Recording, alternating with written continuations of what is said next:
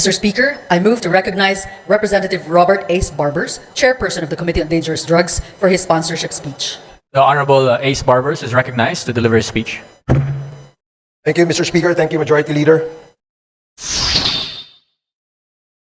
Mr. Speaker, esteemed colleagues and distinguished guests, it is my honor and privilege to stand before this august body to present the progress report of the Joint Committees on Dangerous Drugs, Public Order and Safety, Public Accounts, and Human Rights, or what is now popularly known as the Quad Committee.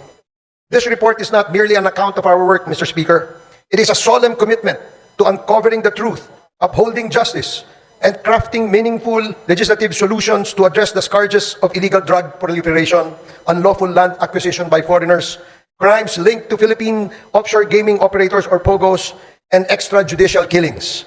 The formation of the Quad Committee was inevitable.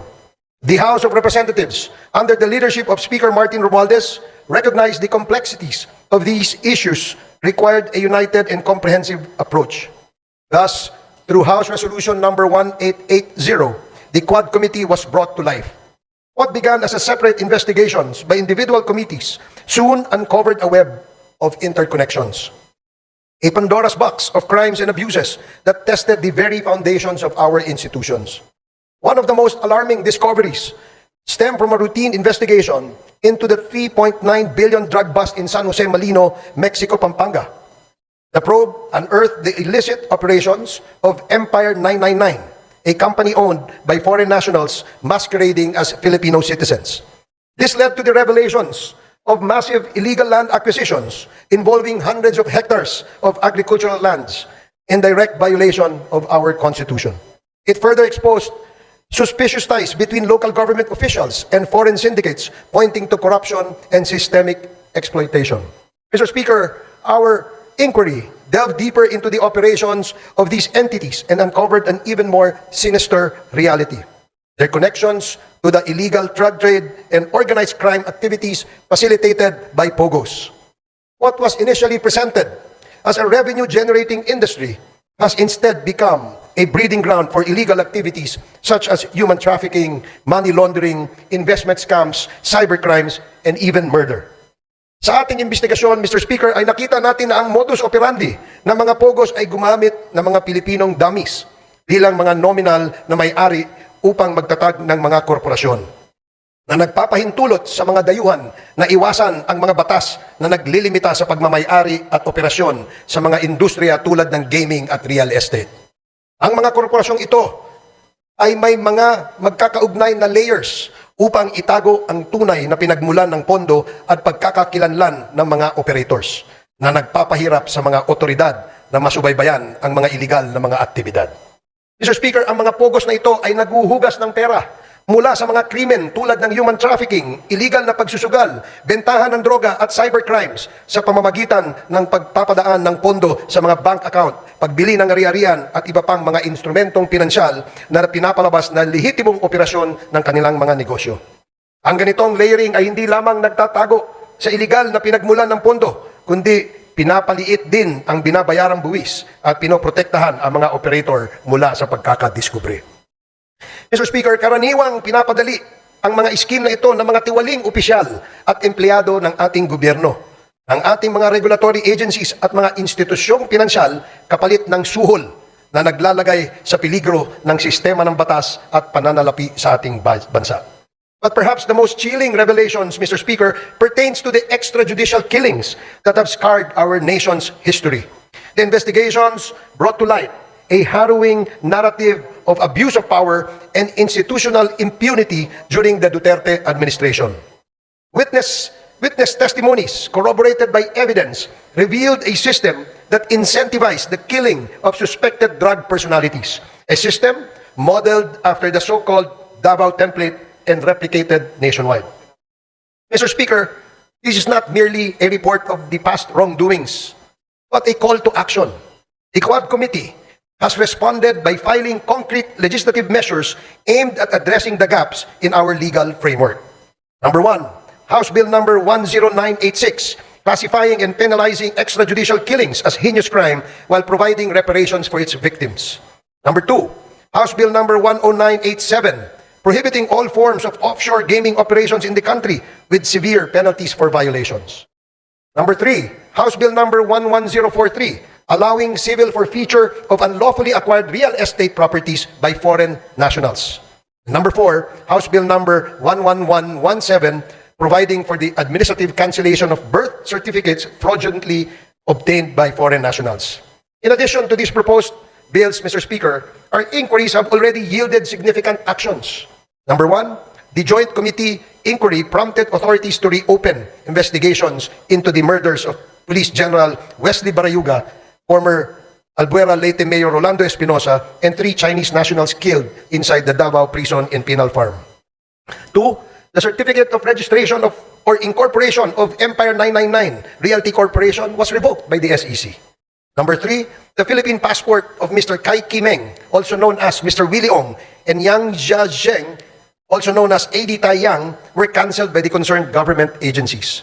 The findings of the Joint Committee led to the filing of legal cases against Go Waping, also known as Alice Leal Go, including charges of human trafficking and graft and corruption. Number 5, the chairperson of the PAOK directed the Anti-Money Laundering Council to file for court-issued freeze orders or provisional asset preservation orders against assets linked to unlawful activities. These include the following corporations: Lucky South Limited Corporation, Whirlwind Corporation, Biancham Holdings and Trading Incorporated, Empire 999 Realty Corporation, Sunflare Industrial Supply Corporation, Yatay Industrial Park Incorporated, Mexico 999 Industry Realty and Development Corporation. These actions underscore the progress achieved through our investigations in addressing systemic crimes and abuses. We have also recommended, Mr. Speaker, amendments to relevant laws, including the Anti-Money Laundering Act, the Anti-Trafficking in Persons Act, the Civil Registry Law, the Anti-Dummy Law, the Bank Secrecy Law, the new Philippine Passport Act, the Comprehensive Dangerous Drugs Act, the Cybercrime Prevention Act, the Tariff and Customs Code, the Revised Corporation Code, and the Local Government Code, among others. Mr. Speaker, in total, we have recommended at least 30 proposed legislations, and these measures aim to strengthen our legal frameworks and ensure that such abuses and misdeeds are prevented in the future. The Quadcom likewise recommends the filing of appropriate charges against the following. Number 1, personalities linked to the illegal drug trade, particularly those implicated in the seizure of 360 kilograms of shabu in Mexico, Pampanga. Kai Kimeng, alias also known as Willie Ong, Yang Jiazheng, also known as A.D. Tai Yang, Mayor Teddy Tumang, and all the incorporators of Empire 999.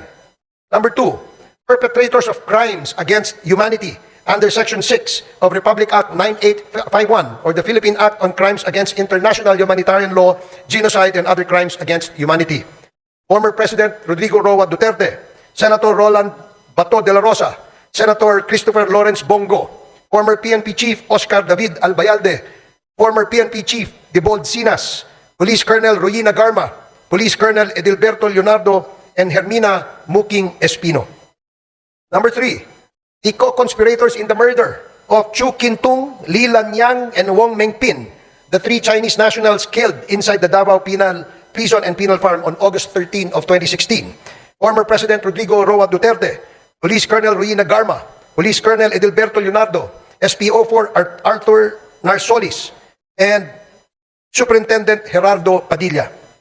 Number 4, individuals involved in the murder of General Wesley Barayuga, Police Colonel Royina Garma, Police Colonel Edilberto Leonardo, Police Lieutenant Colonel Santi Mendoza, former PNP Officer Nelson Mariano, PSMS Jeremy Tox Kausapin, and 1 alias Loloy.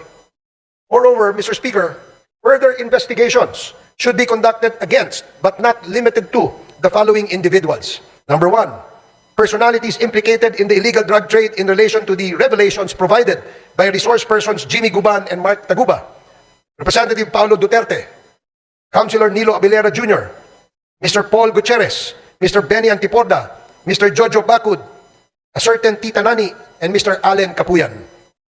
Number 2, personalities identified to be involved in the illegal drug trade during the course of the legislative hearings: Hong Ming Yang, also known as Michael Yang, Wei Xiong Lin, also known as Alan Lim, Charlie Tan, and Mr. Sammy Uy. Number 3, personalities involved in Pogo-related illegal activities: Attorney Herminio Harry Roque Jr., Catherine Cassandra Lee Ong, Go Waping, or also known as Alice Leal Go, Yang Jian Sin, also known as Tony Yang, and Hong Jiang Yang, the younger brother of Tony Yang and Michael Yang. Mr. Speaker, our work is far from over. The Quad Committee's progress thus far is a testament to what we can achieve when we confront corruption and criminality with courage and resolve. However, it also underscores the magnitude of the challenges we face. This is a defining moment for this Congress, Mr. Speaker. It is an opportunity to uphold the rule of law, protect our nation's sovereignty, and deliver justice to those who have been wronged. I urge my fellow legislators to give this report the attention it deserves and to support the proposed measures that will ensure these injustices are never repeated. Together, let us take the necessary steps to restore faith in our institutions and reaffirm our commitment to the Filipino people. Maraming salamat and Merry Christmas, Mr. Speaker. Thank you very much.